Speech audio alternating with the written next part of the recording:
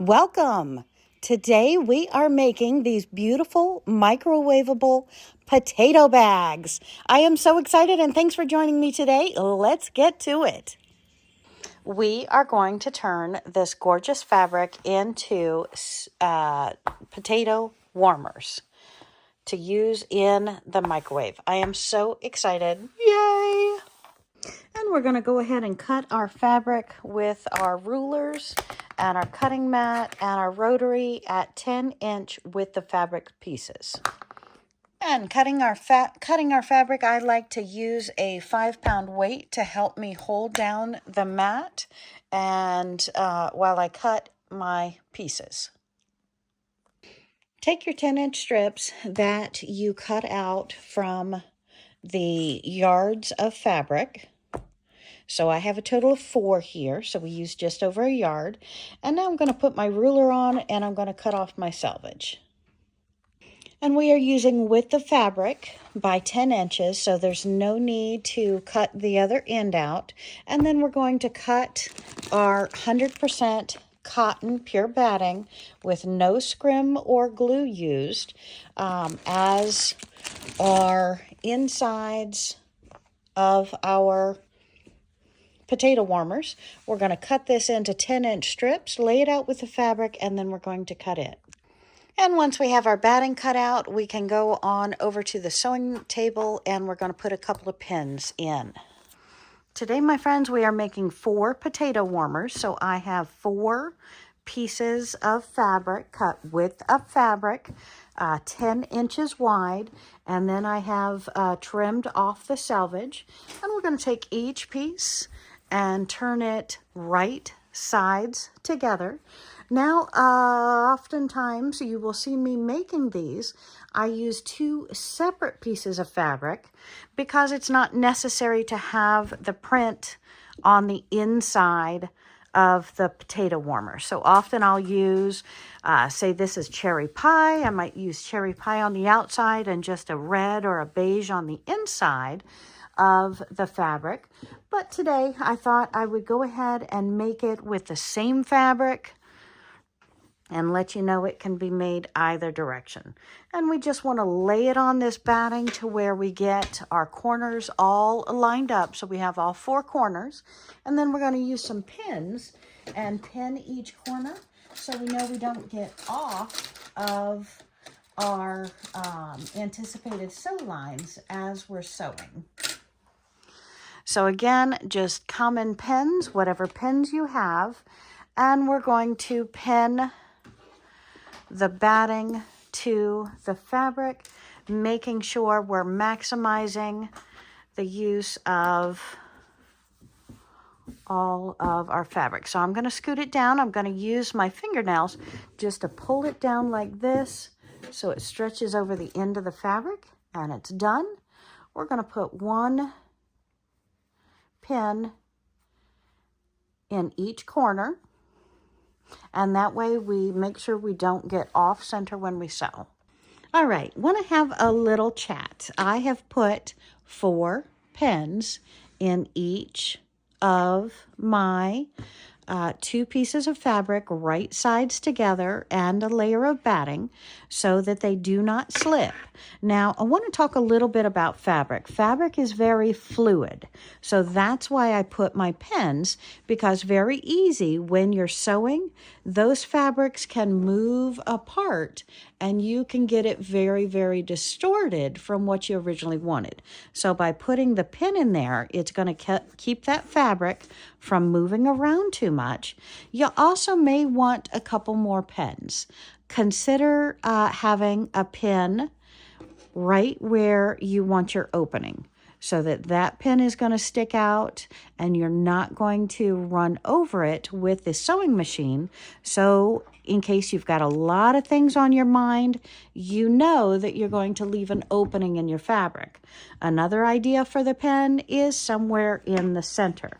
So whether you want to have 3 needles and just hold it tight where you start, or you want to do the 4 5, 6, 7 pens, I recommend doing it however you're comfortable with doing it, but you definitely want a couple of pens because, again, fabric is fluid. Now, what do I mean by that? Well, have you ever heard about scratching your fabric? If you're laying your pieces together and they're not lining up, you can actually scratch your fingers and move your fabric into place where you want that fabric to be. So it is good to use pens. That way you have a more precise item. However, I do want you to know this is the perfect beginner piece to learn how to sew on, because if you are an experienced sewer and you want to maximize your fabric, well, 1 yard is 36 inches. So you can get 4 of these out of 36 inches because you can cut them down to 9 inches and use a proper quarter seam. Now, if you're having a new or a beginner do it, 10-inch is the perfect size for me, but it means that if I'm having a lot of young people learning how to sew on this, I can do it the 10-inch pieces. If they do a 1/2 inch seam instead of the 1/4 inch seam, I'm good with that. It's perfect. So let's go ahead and get started. I have 4 of these that we are making today, so let's get at it. You want to use a coordinating color for your bobbin as well as for the top part that matches your fabric. Because these stitches are going to show, we want to make sure we're using the correct piece, the correct thread to match. And this is a handy dandy little thing that I pre-wind some bobbins to keep them ready for just this change of fabric. And if we have used our 2 pens, we want to start just after this pen so that we're starting right at the end of one opening and going all the way around to the other side.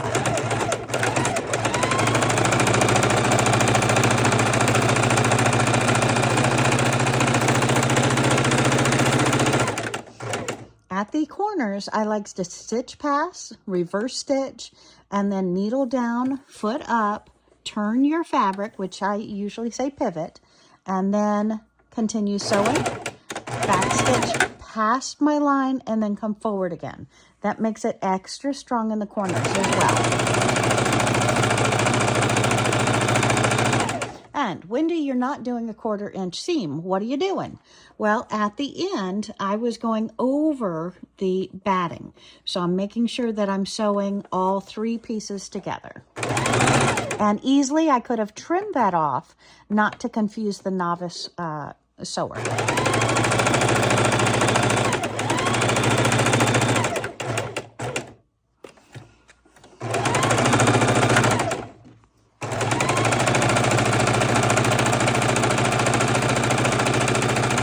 I'm sewing with a tight stitch of 2 lengths.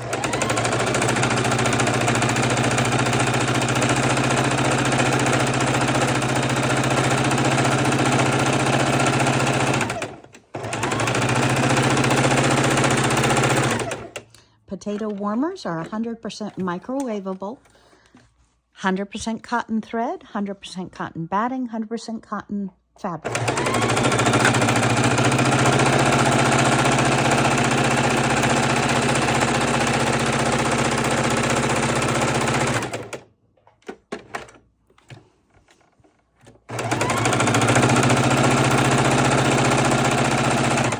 Coming up to our cross needle, it reminds us that's our place. We're going to not stitch through because that's where we turn it right side out. So make sure you do not sew over that pin. It is much too thick and it will pop your needle if you do. Okay, so we're going to pull this one out of our machine. And I told you we're making 4 today, so I'm just going to grab the next one. We're going to do the same thing on these others. And I'll be right back and show you how we turn it right side out and how we finish it.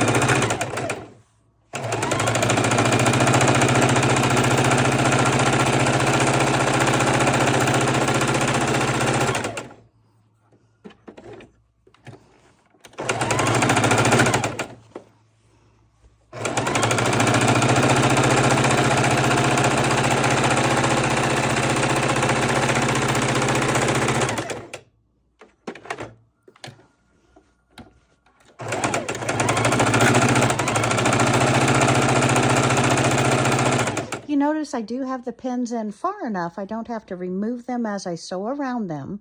They are far enough in the fabric that I can go around it with my 1/4 inch seams.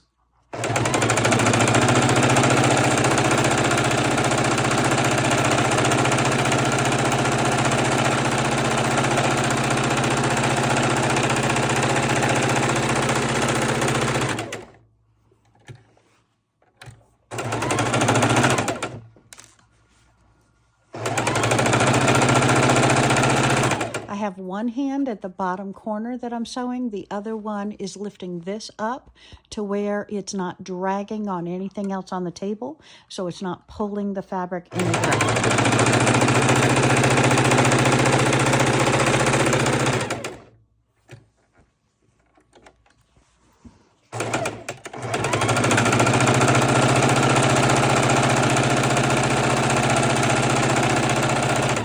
When I'm going down this side, this is where I started right here. So I just put my fingers like this. I have this one up. I know when I get close to that, that's where I want to stop for my opening. I recommend the pins, but the finger works as well. All right, let me go ahead and sew the other two and we'll be right back.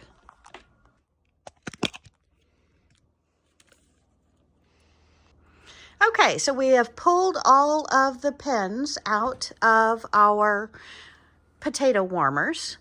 And now it is time. I'm going to run over to the ironing board. We're going to hit these with a hot bit of steam. And then we're going to come back and show you how I clip my corners and how I turn them right sides out.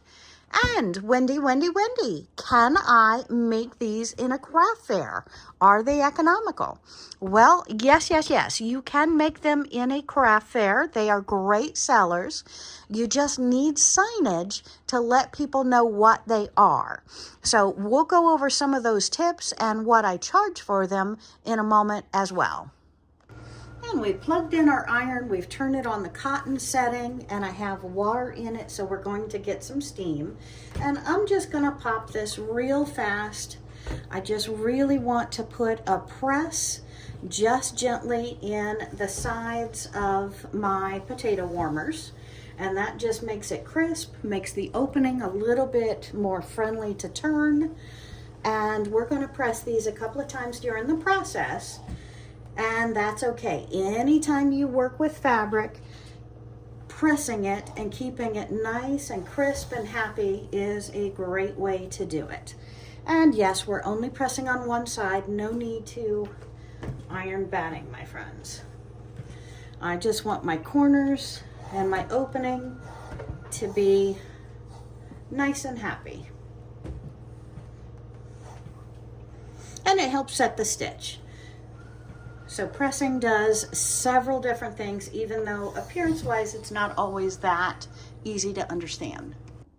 And we're going to trim off all of our corners so that they turn nicely and they do not get in the way when we are turning it. So we have crisp, nice corners. And you see my little X here? I have cut outside of that. You want to make sure you never go inside of the stitched area to trim your corners. And before we go too much further, we also want quality control. So we sewed across this side. We want to look on the other side to make sure all of our stitches are covering all three fabrics and we don't have any issues. Then we have chopped off our corners and now we're ready to turn it right side out. So I have all four of them here that we're going to do. So we're going to turn it over and have our fingers open up where the two right sides are together. And we're going to stick our thumb in and we're just going to kind of ball it up on our thumb to where we get to one corner. We'll hold that corner and turn it right side out. And we'll continue doing that with each of the other three corners. And once we have two on one side, we can just work our hands, pull that part back, and then do the other two. So this is a relatively easy piece, part. Just be patient and work those corners out. And we're going to turn all 4 of them right sides out, and then we'll go back over to the ironing board and press them down. But before we press them, a piece like this doesn't always want to lay right. We've got 3 layers in there, so that batting is kind of thick on the corners. So what do? I like to take a pin.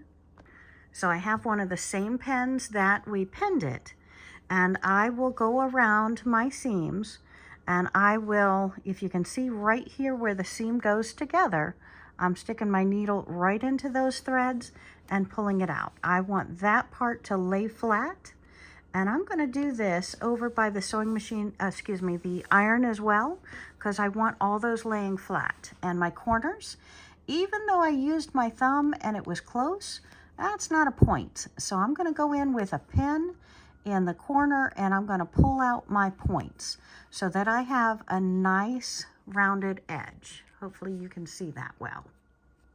Okay, we're going to do that with all of our corners, and we're going to do that with all 4 of our potato warmers. And I am going to still get you the numbers before the end of the video. I will do that. Okay, so we're laying it out. And again, you can pull them out and then just give them a little finger press. Make it a little bit easier when we go over to the ironing board. And with this opening spot, I just try and turn it over, push any threads back into there, lay it flat, and we're going to hit that with a hot iron as well. So let me turn these right side out.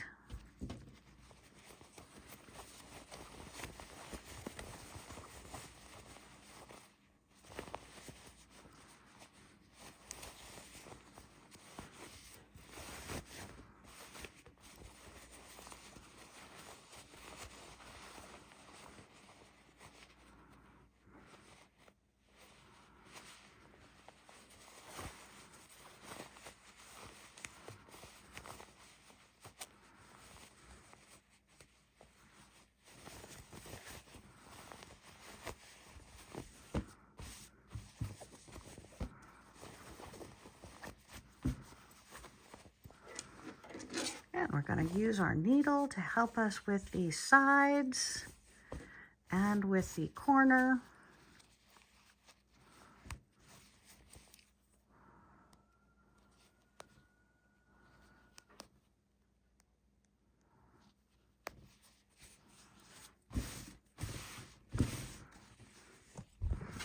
And we'll do the other 2. And we're back over at the iron. It's on a hot cotton setting, and I'm going to take my pin to pull it right into the seam and pull that seam right out to the edge, so I get a crisp press on that edge, and it's clean exactly where it needs to be.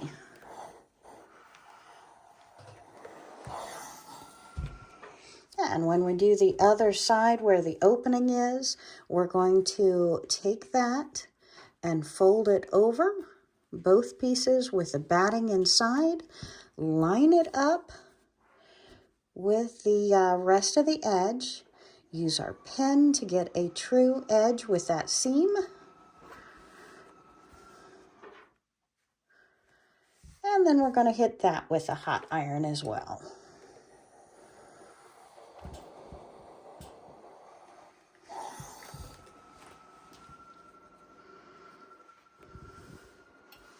And finish going down the sides.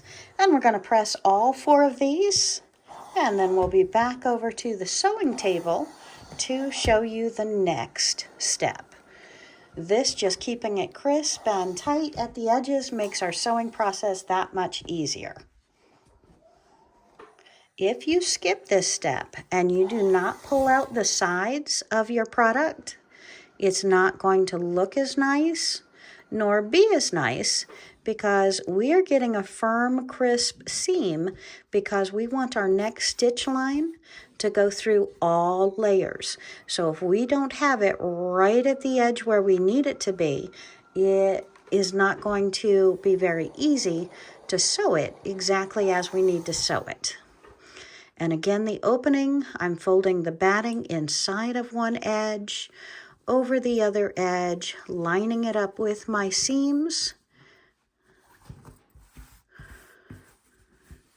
And then we will press it.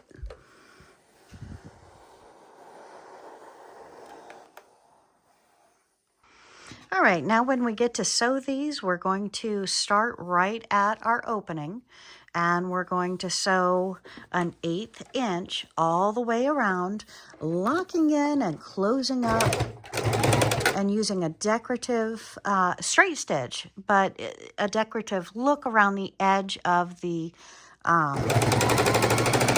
potato bag, making a finished look. And again, we are sewing on the outside, which will show. So that's why it's important to have what color thread we want in the bobbin and in the top.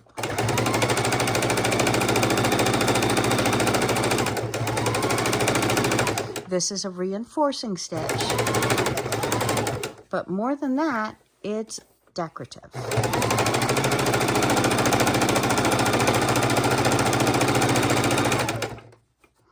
And I thought I had all my corners out, and if you come across one you're not happy with, just go ahead, keep that pin handy, and just pop it out to the best point that you can.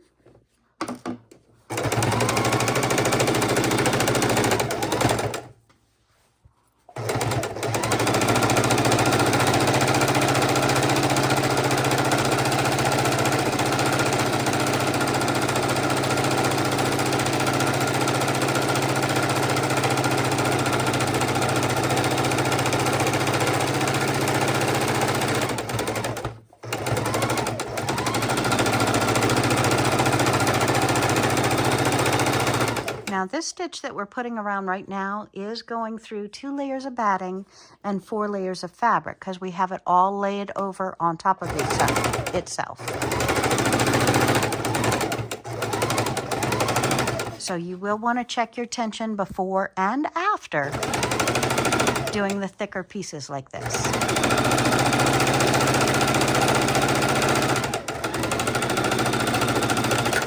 Okay, and our first one has gone all the way around. I am going to take smaller scissors and trim off my threads a little bit closer before we're done. But again, you just trim them off on one side, flip over to the other side and trim them off. I did use black thread on one and brown thread on the other so you can see my stitches. So let's see how I can get you to see my stitches a little bit better. And I'm going to go through this all the way around the outside so you can see what a thin stitch we have done all the way around. And you can get your understanding of a stitch that contrasts with part of the fabric, so you can decide, do I want white thread, do I want black thread, brown thread, red thread, blue thread, what color thread do I want? Okay, so let me go ahead and do the other 3 real quick, and we will come back with some numbers and show you the next step. And I always start sewing where my opening is first. Always lock my stitch when I start and when I finish.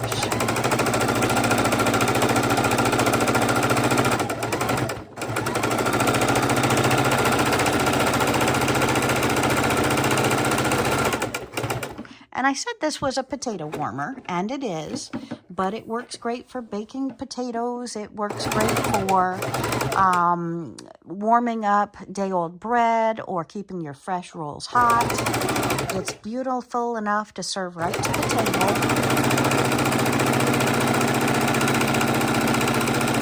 And if you happen to have some warm desserts that you put in here and the jelly came out of the end of one or something,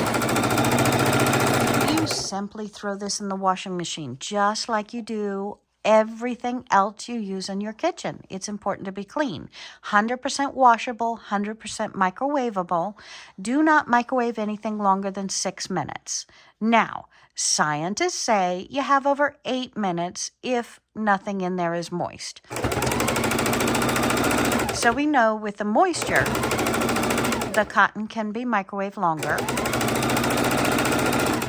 But I highly recommend do what I do. Do a minute, do 3 minutes. Check your product. I haven't found a baked potato yet that takes 8 minutes. This does speed up the cooking. And it is wonderful. It is beautiful. These are so versatile and functional. And if you need to set your beautiful cherry pie on the table, use this as your trivet. Works as a trivet, as a pot holder.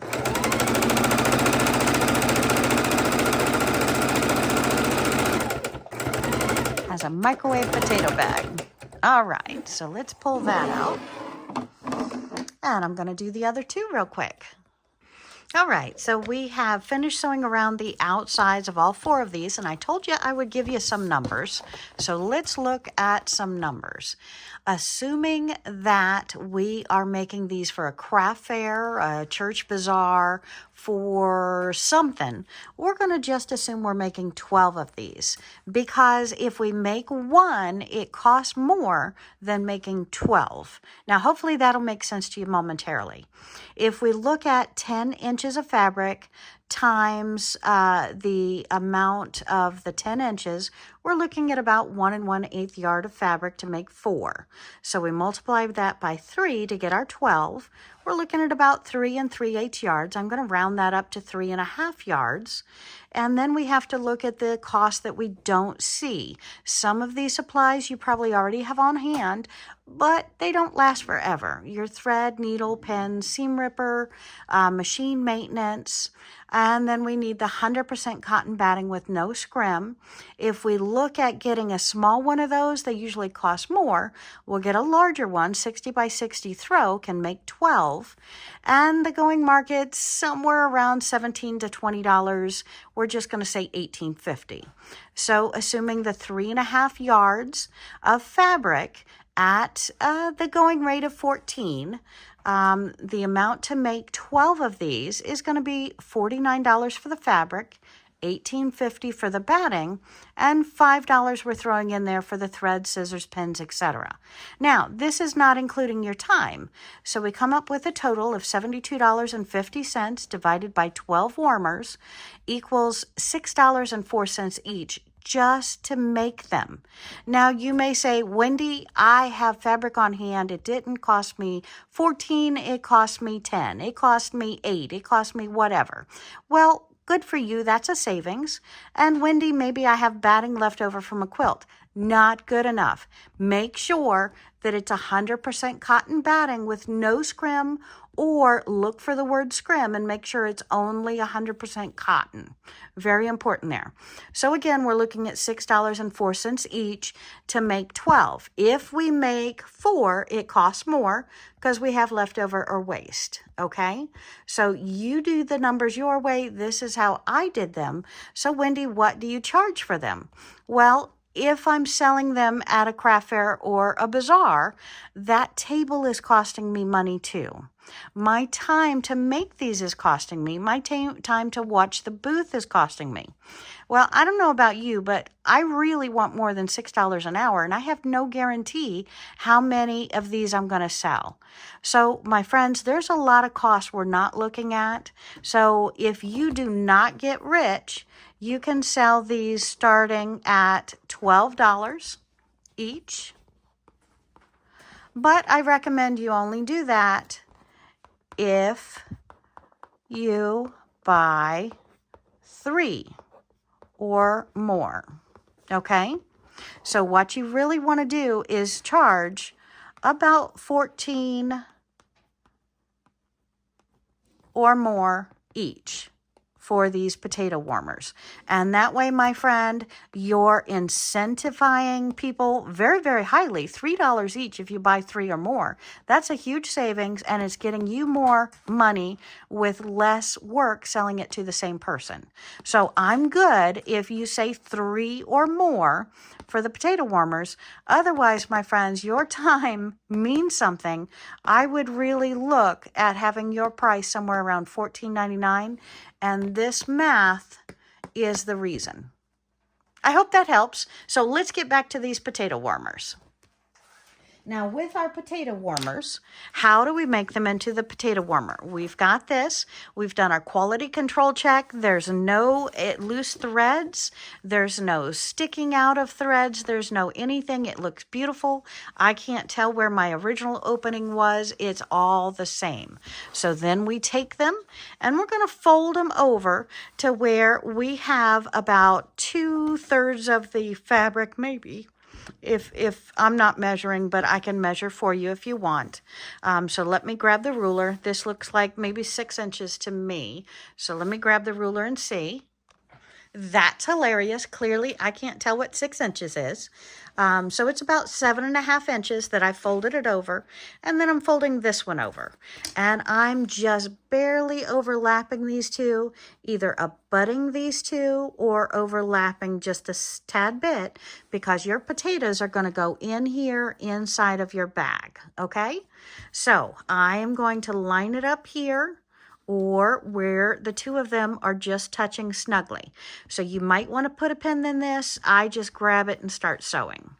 So we're going to sew across this line, turn it over, make sure we're lined up perfectly, and sew it over here. So we want to make sure we're looking good, we're feeling good, we're ready to do our stitching. And then we're going to bring it on over to the sewing machine. And once we're at our sewing machine, we want to go ahead and reline it up. Make sure that we have both lines exactly on top of each other. And our goal is to re-sew over that same line that we've already made. So when you first get started, make sure you have enough thread and bobbin thread out the back, not to bunch up on you. And let's see if we can look through the camera and start getting a couple of stitches in here. And again, it's always hard to just start, and then it should go rather smoothly.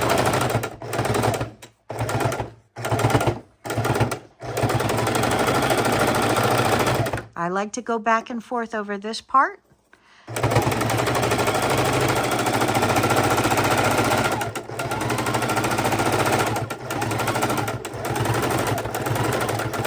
Now, if I were making a bunch, I'd just stick the next one on, the next one on, the next one on, and chainsaw them. But since I am demonstrating, I'm going to go ahead and cut my threads very close. Then quality control will come back and trim them closer. I like using a small pair of scissors so I can really get up close to the fabric and trim that off. And look how beautifully that looks. And then we're going to turn it around. And I have already decided that to make my next grouping of these, I am going to be using light brown thread instead of the black. Okay, and let's go ahead and lay this back here. And sometimes it's trial and error, my friends. And if you mess up, that just means you get another one for the house. I highly recommend you taking advantage of these yourself, because the more you use them, the more you love them, the more you experiment with them, the better salesperson you're going to be. You cannot sell something that you don't know and love yourself. So it's very, very important to love what you do and do what you love. All right, let's do another. All right, and we're sewing our second one, and this one I am overlapping just a little bit so you can get a sight or an understanding of what the difference is between one that abuts and one that overlaps. I personally like them overlapping more. It's a personal preference. You can make both and let your customers decide what they want, or you can make them all overlapping because that's what I like best.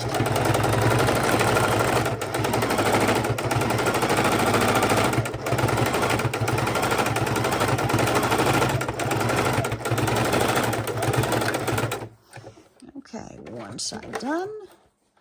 Flip around to the other side. I'm going to hold it, align up everything that I'm going to sew, flip my needles into the back, and then start my stitching.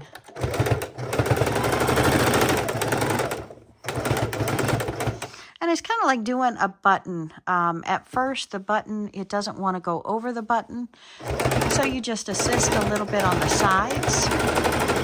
Because as I told you, you're going over 6 layers, and when you fold it, you're going over 12. And now I'm going to show you what it feels like to go over 16 layers. Because this right here, I'm overlapping it. Can you tell that part, maybe? If you can see this part, I'm overlapping it with this about 1/2 inch. So you can use your button assist or just pop your foot up a little bit there. Go real slow with your stitches. Again, this machine is 1 speed only.